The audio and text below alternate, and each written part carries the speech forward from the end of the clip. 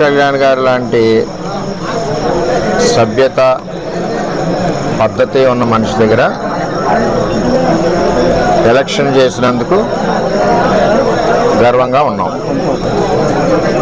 ఆయన దగ్గర నుంచి కానీ 2009 జనసేన పార్టీ దగ్గర నుంచి కానీ మాకు ఏ విధమైన ఇబ్బందులు లేవు.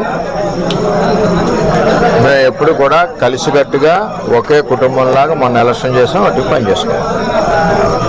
ఏదైతే తెలుగుదేశం పార్టీ నుంచి 5 నెలలు 6 నెలల ముందు వెళ్ళిన 20-25 మంది జనం ఉన్నారో వారిని